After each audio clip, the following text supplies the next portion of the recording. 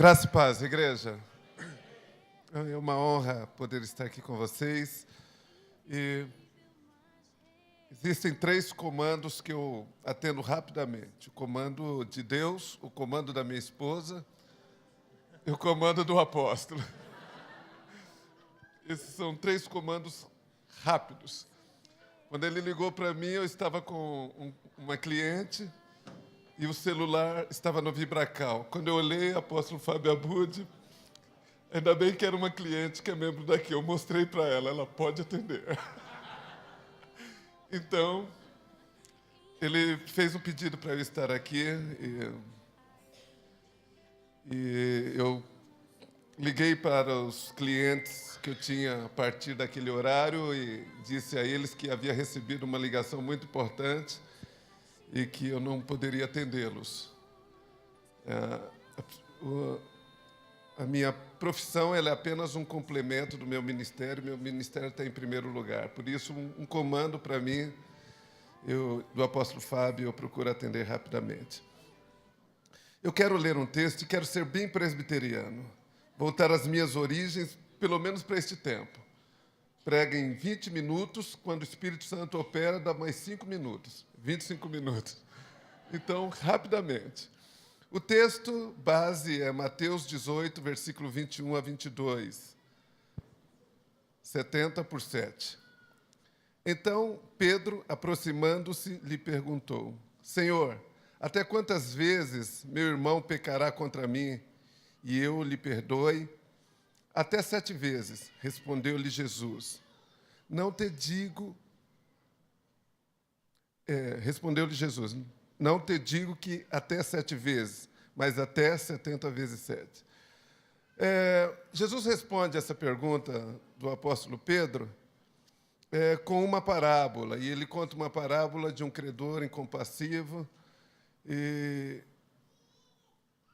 a história de um homem que resolveu fazer um acerto de contas e chamar os seus devedores e perdoar alguns e fazer com que alguns pagassem a sua dívida. E nesta parábola se destacam pelo menos 2 devedores. Um que devia uma dívida impagável e que foi perdoado. E o outro que devia para esse que havia recebido o perdão da sua dívida. E que era uma dívida que se podia pagar, mas ele agiu da mesma forma como esse devedor, pedindo clemência do seu devedor, mas não obteve o perdão da sua dívida. Os valores correspondentes daquelas dívidas, eram, vou fazer aqui o equivalente, 1 talento é igual a 6.000 denários, assim 10.000 talentos são 60 milhões de denários. Essa dívida equivale a 165.000 anos de trabalho. Então, era uma dívida totalmente impagável. Mas aquele que devia apenas o equivalente a um dia de trabalho não fora perdoado por este que obteve um perdão sem medidas. Refletindo nesse texto, eu fico meditando como que, às vezes, mesmo sabendo que a indisposição em perdoar pode gerar muitos males à própria pessoa que deveria perdoar. E, mesmo sabendo das consequências do não perdoar, as pessoas ainda retêm o perdão. E eu fico a perguntar o que faz com que uma pessoa venha reter o perdão, mesmo sabendo que isso pode lhe gerar alguns tipos de enfermidade e trazer alguns malefícios para aqueles que estão à sua volta.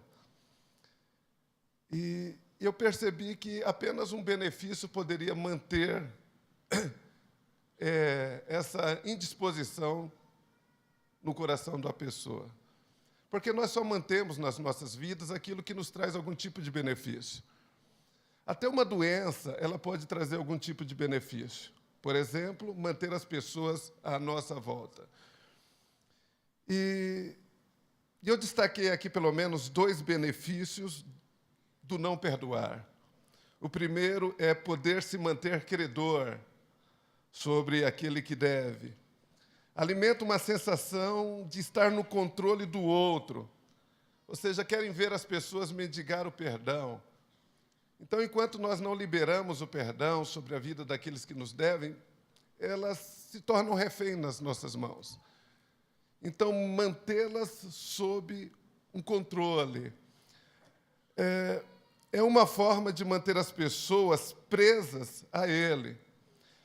Eu percebo isso como uma relação muito sádica, porque é submeter as pessoas a um tipo de sofrimento. Se eu fui prejudicado, eu não quero liberar o perdão, mas eu vou mantê-la presa a mim. De alguma forma, essa pessoa vai pagar pelo que ela fez por mim. Então, as pessoas não liberam perdão, e principalmente nós cristãos que sabemos as consequências do não perdoar, e às vezes retemos essa liberação de perdão. E se retemos, é porque queremos ter algum benefício nessa retenção. Então, manter as pessoas presas é uma forma de puni-las. E quantas vezes nós agimos dessa forma? Nós que somos pastores, líderes, e que somos muitas vezes afrontados, decepcionados, não correspondidos nas nossas expectativas, e nos sentimos desonrados, nos sentimos desrespeitados, e nós somos desafiados a perdoar. Nós temos discípulos que acabam, de uma certa forma, às vezes nos ferindo, nos decepcionando. E todos os dias nós temos que trabalhar em nós mesmos essa disposição em perdoar, porque nós queremos trabalhar, às vezes, da forma que nós achamos interessante. Então, manter as pessoas presas a nós, de alguma forma. E também pelo conceito de justiça. Porque nós achamos que as pessoas precisam pagar, elas precisam, de alguma forma, pagar de alguma forma. Né? Então, nós sustentamos a justiça do olho por olho e dente por dente.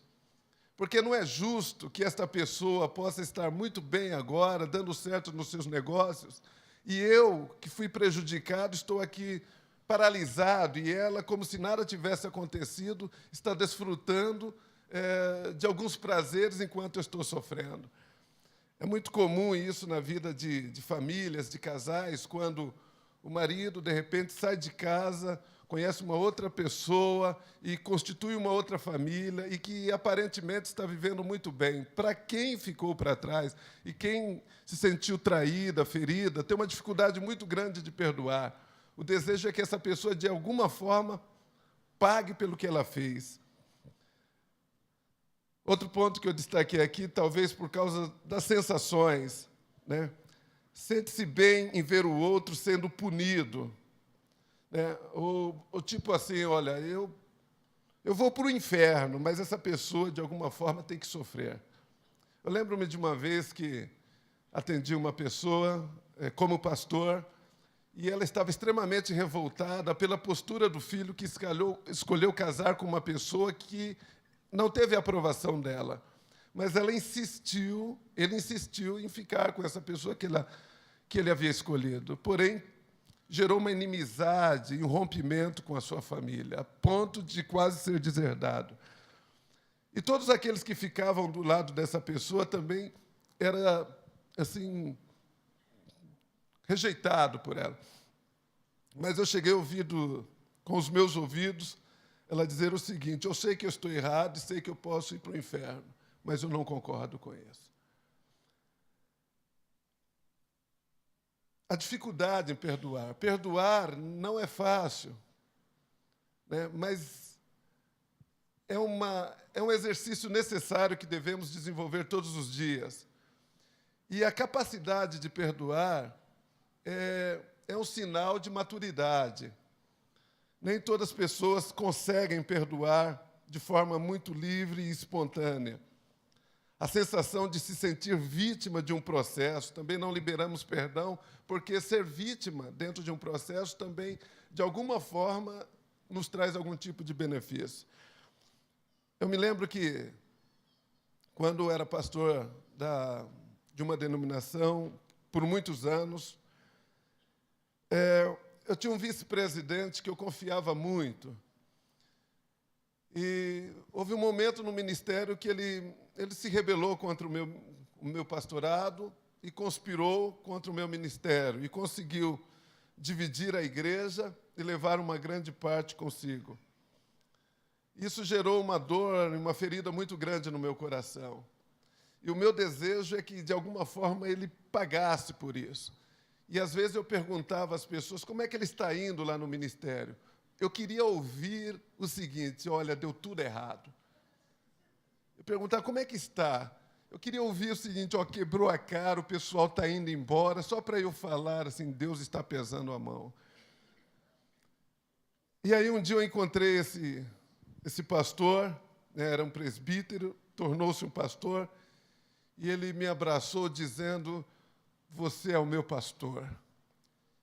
Eu falei: como? Eu saí da igreja, mas eu te considero como meu pastor. Aquilo era uma afronta para o meu coração, porque para ele parece que não havia acontecido nada de errado. Ele estava bem, sabe? Ele saiu com a sensação de que Deus o havia tirado de lá do Egito e mandado para a terra prometida. E eu fiquei com a sensação de que estava tudo errado. E aí ele volta para mim, me abraça, dizendo que eu era o pastor dele, que eu era a referência de ministério para ele. E aí, para a coisa apertar mais, ele falou: eu quero que você vai pregar na minha igreja. Eu falei: não dá, sabe o que é? Ele falou: olha a tua alma. Ele sabia que eu pregava muito sobre cura. Eu falei: tudo bem. Isso era por volta do mês de janeiro, fevereiro. Falei: vamos fazer o seguinte, vamos pôr para dezembro? Ele: dezembro. Então, pus um ano para ver se ele esquecesse. E aí foi passando o tempo, eu esqueci. E eu lembro que chegou um domingo, nesse mês de dezembro, eu estava na porta da minha igreja, era um domingo de ceia, quando, de repente, chega uma perua. Era um obreiro da igreja dele dizendo: vim te buscar para pregar, é hoje que você tem que pregar na igreja. E aí eu falei: mas eu vou pregar aqui na minha igreja e vai ter ceia. Ele falou: não, o senhor vai lá, prega e volta. Mas não tem jeito. Ele: não, está todo mundo te esperando lá. E o tema da ministração que eu havia preparado é: não exponha a sua alma doente. É o que eu ia pregar na minha igreja, porque a minha igreja estava vivendo um problema, era uma palavra de ensinamento. E não teve jeito. Aí eu entrei naquela perua e fui. Quando chego na igreja, 60% da igreja eram membros da minha igreja que haviam saído. E ele me colocou bem num banco da frente, porque eu tinha aquele hábito de chamar os pastores. E eu ficava olhando para eles. Eu abaixava a cabeça. Era muito para o meu ego, era muito forte. E depois ele ia. Eu orava para que os cânticos se estendessem e que acontecesse alguma coisa, que eles pudessem dizer: oh, não vai dar tempo para você pregar, mas não teve jeito. Ele me convidou à frente, falou: vamos ficar de pé para receber o pastor França. E aquela galera que eu havia gerado para Cristo, todas de pé, assim, olhando para mim. Saudade, pastor. E a alma pura ali. E eu tive que pregar no Espírito. E eu não sei, Deus teve graça de mim e eu ministrei naquele lugar. Então, às vezes o perdoar, ele tem uma conotação poética, mas em algum momento nós seremos provados e seremos desafiados a perdoar. Mas o meu desejo, lá no profundo do coração, é que o ministério dele fosse para baixo, que não desse certo. Mas aí eu entendi que o seguinte: o maior prejudicado nesse processo estava sendo eu, porque o meu ministério estava paralisado e eu estava, de alguma forma, contaminando aquele rebanho que eu amo e que me ama. Mas o real benefício do perdão não é esse que eu te falei, porque esse é um engano da alma. É um engano. Porque a pior coisa na vida do homem é não ter essa disposição em liberar perdão. O real benefício do perdão está no controle da arrogância, segundo Mateus 16, 19. Jesus nos deu autoridade, né? Nos deu poder para poder desatar ou atar.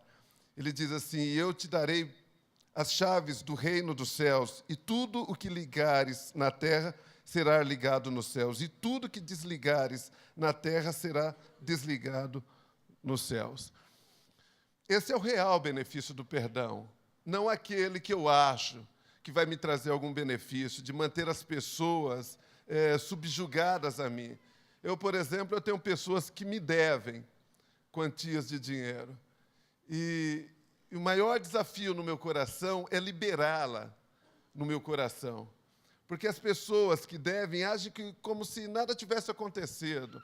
Eu tive que vender um carro meu por causa de uma dívida gerada pelo meu irmão. Nós construímos uma sociedade e eu não conhecia o meu irmão, só o conheci verdadeiramente quando eu entrei nessa sociedade com ele. Eu tomei um empréstimo no banco para ele, ele só pagou a primeira parcela e isso foi me consumindo. E aí eu tive que dispor do meu automóvel. Mas ele comparecia em casa como se nada tivesse acontecido. Isso estava gerando um problema muito sério entre mim e a minha esposa, porque ele é meu irmão, não irmão da minha esposa, mas ele estava comprometendo a nossa relação de alguma forma. Até que um dia nós dois, eu e minha esposa, conversando, ela chegou à conclusão dizendo: nós precisamos liberar o teu irmão porque ele está nos prejudicando, vamos perdoá-lo.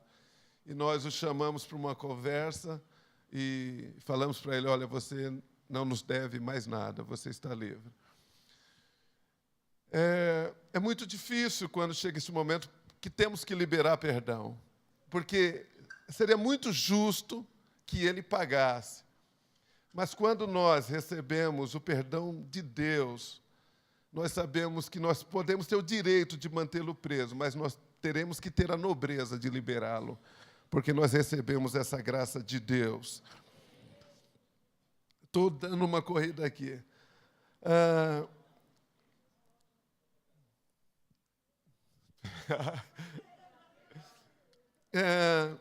Quando nós perdoamos, nós revelamos a humildade do caráter de Cristo que há em nós, né? E revelamos nobreza. Eu sempre digo que só os fortes conseguem perdoar, somente os nobres conseguem perdoar. E, às vezes, pela lei e pelo critério de justiça, nós poderíamos levar, em última instância, as pessoas a pagarem o último centavo da dívida que ele gerou em nós. Mas, pela nobreza que há em nós, nós temos o poder de liberar. Os escravos não conseguem fazer isso, mas os livres conseguem. Nós conseguimos nos antecipar às pessoas, nós não precisamos esperar que elas se arrependam e venham a nós pedir perdão, mas nós temos a capacidade de nos anteciparmos e fazer como Cristo e como Estevão, orando a Deus, dizendo: Pai, perdoa-lhes porque eles não sabem o que fazem. Porque estão bloqueados nesse entendimento, mas nós temos o entendimento de Cristo. Quando Jesus responde a Pedro essa questão do perdão, é porque certamente era uma coisa que muito preocupava o apóstolo Pedro, porque nós falamos daquilo que o coração está cheio. Às vezes as pessoas ficam inquietas: será que eu tenho que sempre perdoar? Sempre tenho que perdoar? Sempre tenho que perdoar? Sim, sempre nós teremos que perdoar. A todos aqueles que nos ofenderem. E a nós é cobrado a cada dia uma postura mais madura para nos relacionar com as pessoas. Acredito aqui que todos já passaram pelo encontro, amém? Amém.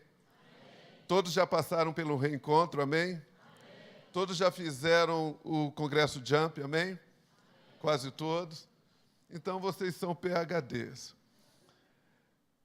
Na verdade, isso é um rudimento da fé cristã, o princípio do perdão. Mas, por incrível que pareça, todos os dias nós temos que deparar com uma situação que nos desafia a perdoar. Aqueles a quem perdoardes os pecados, lhes são perdoados. E aqueles a quem os retiverdes, lhes são retidos. Gente, isso é muito sério, porque eu posso Eu tenho esse poder e tenho essa autoridade para liberar uma pessoa para que ela possa crescer, ela possa se desenvolver, ela possa viver a vida, mas tenho o poder de retê-la no mundo espiritual. Mas eu vou retê-la e ficar preso com ela na mesma dimensão. Nós somos desafiados a crescer em Cristo Jesus para termos essa compreensão, né, chegarmos a um nível de maturidade, para não termos mais que patinar nas nossas emoções. Nós temos que entender que o perdão que Cristo liberou sobre as nossas vidas nos autoriza a liberar perdão sobre a vida das pessoas. Somente os perdoados têm essa autoridade para liberar perdão sobre a vida das pessoas. Né? E nós temos essa condição, mas os escravos do pecado não têm essa condição. Eu não posso cobrar o mesmo nível de resposta das pessoas no nível da minha maturidade em Cristo Jesus. Como pastores e líderes, somos desafiados a todo momento perdoar. Né? Todos os dias somos desafiados a isso. Perdoar propicia a alegria e a libertação na vida do devedor. Olha o benefício que você pode gerar na vida de uma pessoa quando você libera essa pessoa para que ela possa reconstruir a sua vida. Alguns pastores que passaram pelo meu ministério, que têm os seus ministérios, inclusive esse, que foi uma experiência muito apertada para a minha alma, para o meu ego, eu os tenho hoje em autoestima, porque são homens de Deus. Assim como eles geraram um tipo de ferida no meu coração que já foi curado, eu certamente já gerei algum tipo de ferida no coração de alguma pessoa, mesmo sem querer. Esse final de semana nós tivemos um seminário de honra, e eu recebi alguns abraços e pedido de perdão. E teve uma pessoa que me abraçou e falou: apóstolo, eu queria te pedir perdão, porque o senhor liberou uma palavra um dia que me deixou muito triste. E eu não faço ideia da palavra que eu liberei.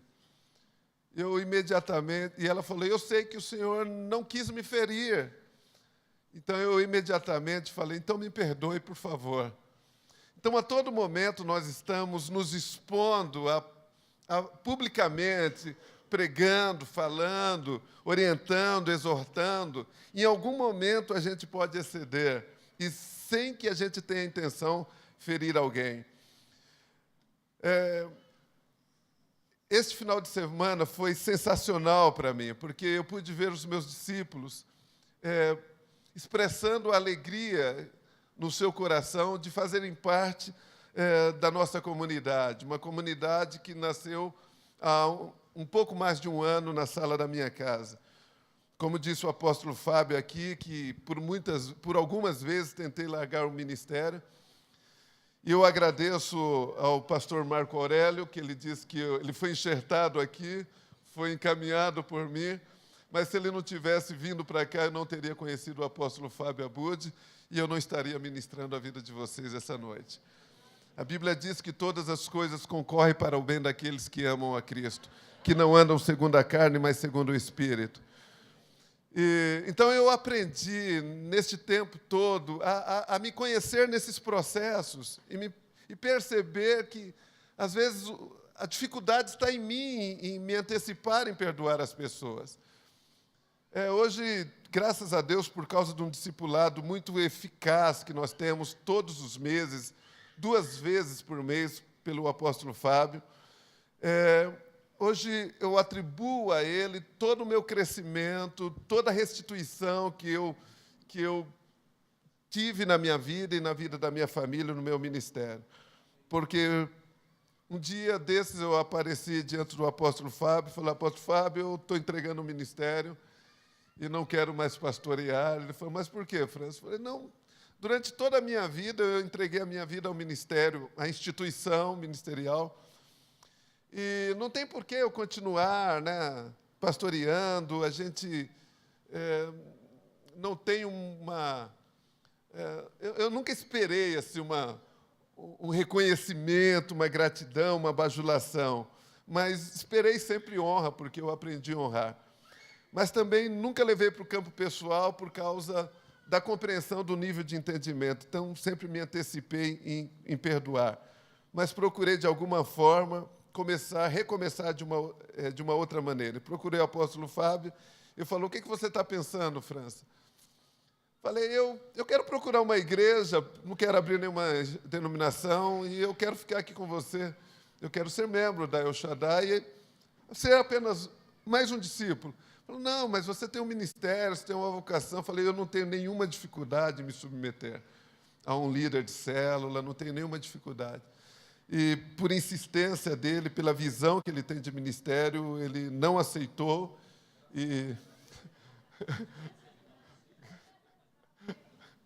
ele deu um graças a Deus aqui, o Marco Aurélio. E um dia, ele e a apóstola Cláudia foram à sala da minha casa, no dia do meu aniversário, me fizeram uma surpresa. Nós tínhamos em torno de 20 pessoas.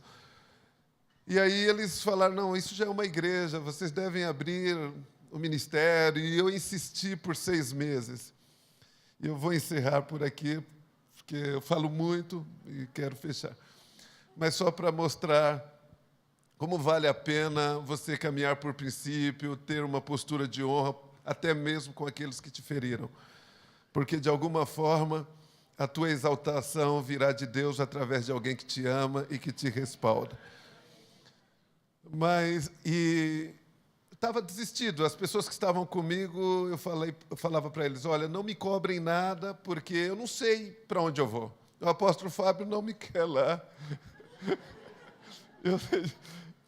Ele falou: eu sei que para mim seria uma honra, pastor França e tal, e eu não sei para onde ir. E eles ficaram lá comigo. E eu falei: raposa tem covil, andorinha tem ninhos, mas eu não tenho onde repousar a cabeça. E eles ficaram ali comigo, e no seminário de Corbã, a Essência da Honra, em Manaus, 2011, eu levei 2 rapazes que eu havia acabado de conhecer no hotel e que eles me admiraram muito por eu ser pastor, cuidaram de mim. E daí eu falei de quem eu era discípulo. Eu falei do apóstolo Fábio, eles arregalaram os olhos. Falaram: apóstolo Fábio? Eu falei: você nos apresenta? Eu falei: apresento. E quando terminou a ministração, o apóstolo Fábio estava lá próximo ao púlpito. Eu falei: aquele lá. Falou: nos leva lá, por favor, nos leva lá.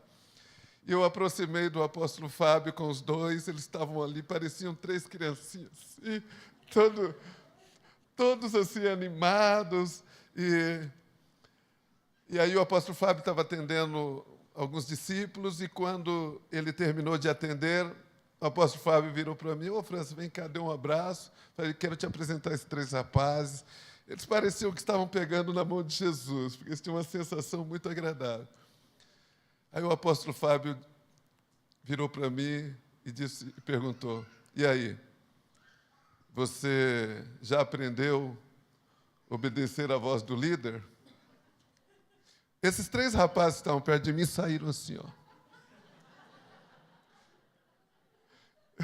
Saíram e ficaram lá de longe. Aí eu falei: apóstolo, eu vou orar, tal, etc. Aí encontrei os 3 rapazes, um deles falou: apóstolo França, eu aprendi a te respeitar, te amar, mas eu escutei alguma coisa ali que me decepcionou. Você não ouve a voz do seu líder? Naquela mesma noite, nós estávamos no Hotel Tropical, e rapazes lindos, assim, que amam o ministério. E aí falei: vamos lá naquele hotel da frente, tem um cafezinho lá disponível. E aí nós fomos lá. Estava o apóstolo Fábio e o apóstolo René Terranova. Aí eles entraram em êxtase. Eles falaram assim: é o René. Fica aqui. O apóstolo Fábio me chama e diz: vem cá, França. Chegou: apóstolo René, esse daqui é um discípulo meu, tal. E os 3 rapazes grudados em mim ali. E aí eles foram apresentados. Naquela noite eu disse para ele: apóstolo Fábio, eu vou obedecer à voz do meu líder. Como o apóstolo Pedro disse: sob a tua palavra, vou lançar a minha rede. Tudo bem? Glória a Deus.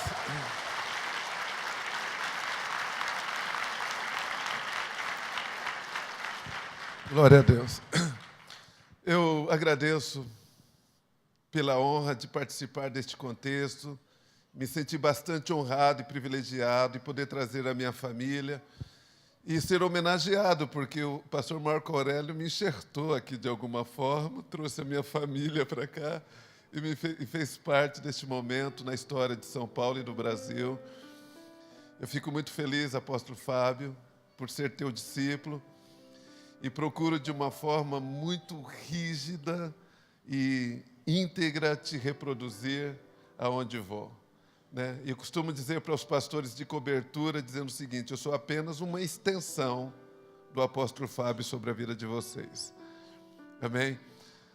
A Deus toda a honra, a Deus toda a glória. E eu sei que vocês são rápidos para assimilar uma palavra, ainda que eu dei uma hiper reduzida, mas eu penso que vocês são muito ágeis e conseguiram assimilar. Espero que assim seja no coração de vocês. Muito obrigado. O Senhor te abençoe.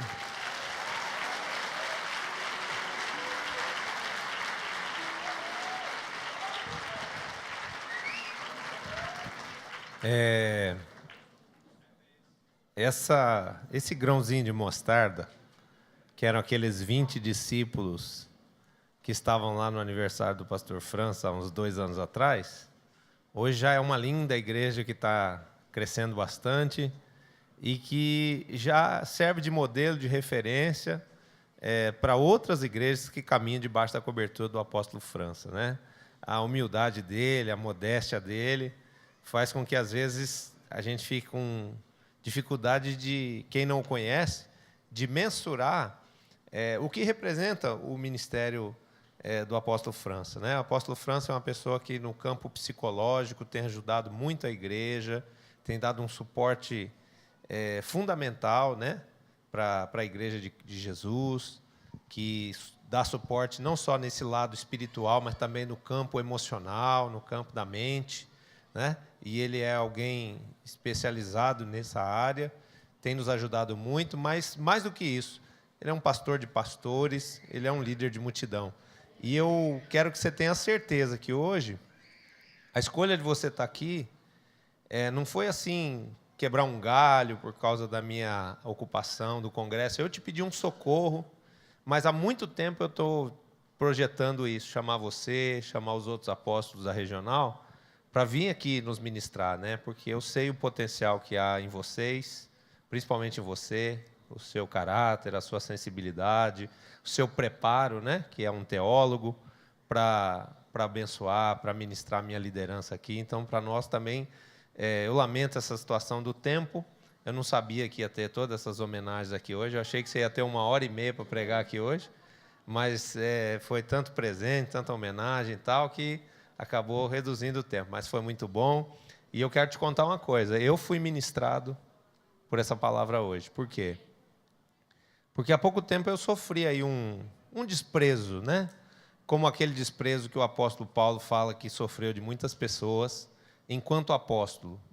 Eu sofri um desprezo de alguns pastores. E agora eu fui surpreendido no dia do meu aniversário, quando 2 desses pastores me escreveram uma mensagem me felicitando. E o sentimento que eu fiquei assim foi um sentimento estranho, de pensar assim: tá vendo? Fizeram aquela cachorrada lá, agora estão arrependidos e estão querendo usar a oportunidade do meu aniversário para vir passar uma suquinha em mim, né? Mas, enquanto você estava ministrando aí, eu estava sendo ministrado pelo Espírito Santo de que eu devo realmente perdoá-los, esquecer aquela dor, aquela desonra, aquele desprezo que eu sofri, principalmente porque eu fui com um coração de muito amor na direção deles. E a gente tem que aprender, né, e se exercitar nisso, não só dar amor para quem nos ama, mas a gente saber amar também quem nos despreza. Saber perdoar quem não nos perdoou, né? E, nesse momento, ali, enquanto você ministrava, o Espírito Santo estava falando comigo, dizendo assim: liga para eles amanhã, convida eles para ir no congresso, vê se eles precisam de pulseira, né? E através dessa atitude, mostra para eles que você os perdoou, né? Então, vamos fazer uma oração por isso aí? Pai, muitas vezes, os ressentimentos, as mágoas, as amarguras, se disfarçam, se escondem dentro do nosso coração. Mas o Senhor é aquele que vê todas as coisas. O Senhor nos vê não só externamente, mas a palavra do Senhor diz que o Senhor nos vê por dentro, o Senhor vê o coração do homem. Então, nessa noite, Pai, se mais uma vez, de uma forma repetida, o Senhor vem nos falar sobre perdão, porque desde o nosso último fruto fiel, o Senhor nos insiste com esse tema, sonda hoje, Senhor, o nosso coração. E se existe algum tipo de mágoa, algum ressentimento, alguma falta de perdão ou amargura dentro de nós, remove completamente, Senhor. Com os teus olhos de raio-x, sonda o nosso interior, vê se há em nós algum caminho mau e nos liberta, Senhor, porque Tu és o nosso libertador. Nos liberta, Senhor Jesus, de ficarmos presos no mundo espiritual e também de prendermos a qualquer um dos nossos semelhantes, por mais que tenham nos ferido ou nos machucado, em nome de Jesus. Oramos abençoando, Pai, aqueles que nos amam, aqueles que nos honram, aqueles que nos presenteiam, mas nessa hora oramos também, perdoando e abençoando aqueles que nos desprezam, aqueles que nos tratam com indiferença, aqueles, Pai, que até mesmo nos ferem a imagem e semelhança daquilo que o Senhor sofreu na cruz.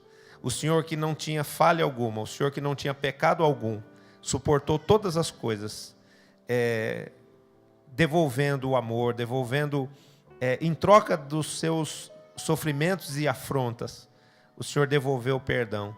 Então, da mesma forma, pelo Teu amor e pelo Teu poder, nós podemos fazer isso, perdoando aqueles que nos têm ferido, aqueles que têm ficado devendo a nós, em nome de Jesus. Assim nós fazemos, Pai, abençoamos a todos indistintamente, que de alguma forma, Pai, trouxeram qualquer mágoa ou dor ao nosso coração, em nome do Senhor Jesus. Amém. Graças a Deus. Muito obrigado, apóstolo França.